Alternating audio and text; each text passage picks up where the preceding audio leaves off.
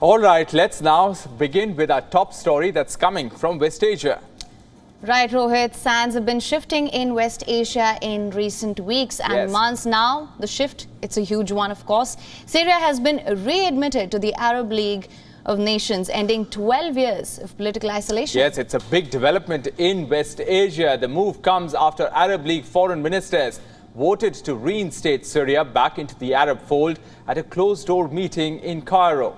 A unanimous decision by the group's foreign ministers said, and I quote, "Government delegations from the Syrian Arab Republic will resume their participation in Arab League meetings." The decision also calls for resolution of Syria's civil war. ومما لا شك فيه إن انضمام الجمهورية العربية السورية إلى البيان الختامي لاجتماع عمان يوم الأول من مايو الجاري هو تطور إيجابي وخطوة هامة على صعيد إثبات حسن النوايا وتنفيذ التعهدات وتعزيز التعاون العربي لحل الأزمة السورية. Now, all 13 of the 22 member states that were present in the meeting endorsed the decision. However, not all parties on the table have been in for the decision. While United Arab League has been pushing for Syria's readmission, others have been wary of this move. Rohit. Yes. اتخذت الدول العربية قراراً باستئناف مشاركة وفد الجمهورية العربية السورية في اجتماعات مجلس جامعة الدول العربية وجميع المنظمات والأجهزة التابعة لها اعتباراً من اليوم 7 مايو 2023. Some, like Jordan, have been urging for a return with conditions attached, while Qatar has been opposing full normalization without a political solution to the Syrian conflict. According to the decision, Secretary Generals of Jordan, Saudi Arabia, Iraq, Lebanon, Egypt and Arab Leagues would form a ministerial contact group to work along with the Syrian government and seek a step-by-step solutions to the crisis.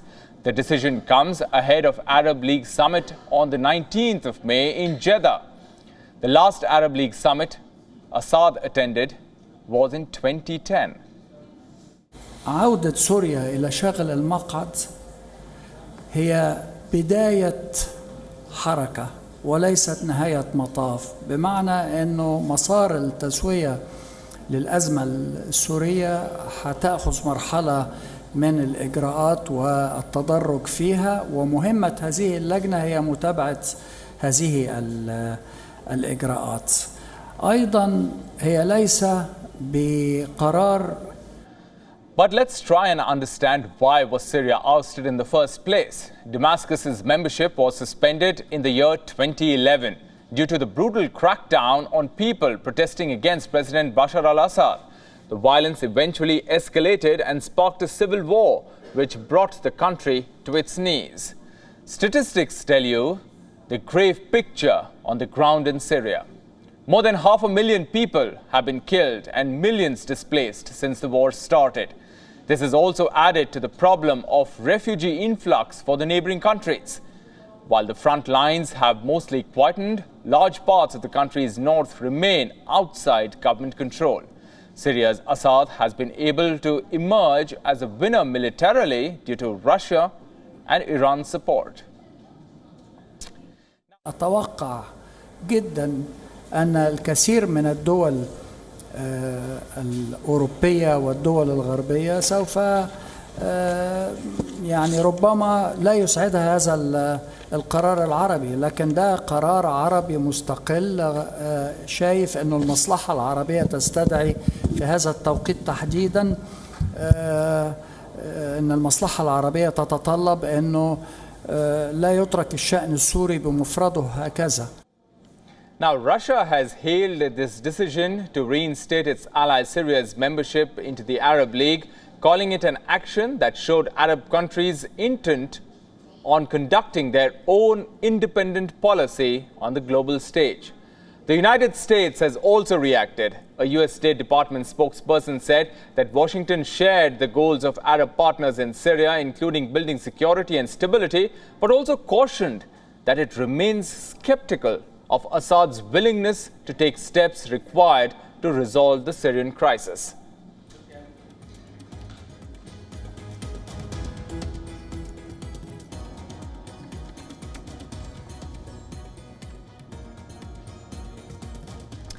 So what are the implications of this move and how did it come about? Let's go across to him. Thank you so much, Rohit. I will take over from here. Lots to unpack. In fact, let's just tell you about the implications of Syria returning to the Arab League. It's a huge symbolic win for Assad and supporters. With this, Assad has gained the legitimacy status, thus ending the pariah status of Syria.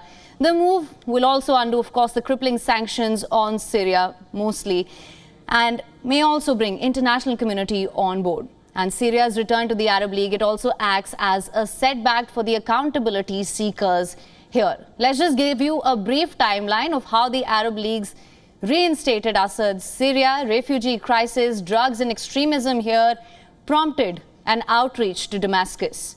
Then, with UAE and Jordan pushing for Syria-Turkey talks, on the 11th of April, the Arab nations met on Syria's return to the Arab League, and on the 18th of April, Saudi Foreign Minister visited Damascus.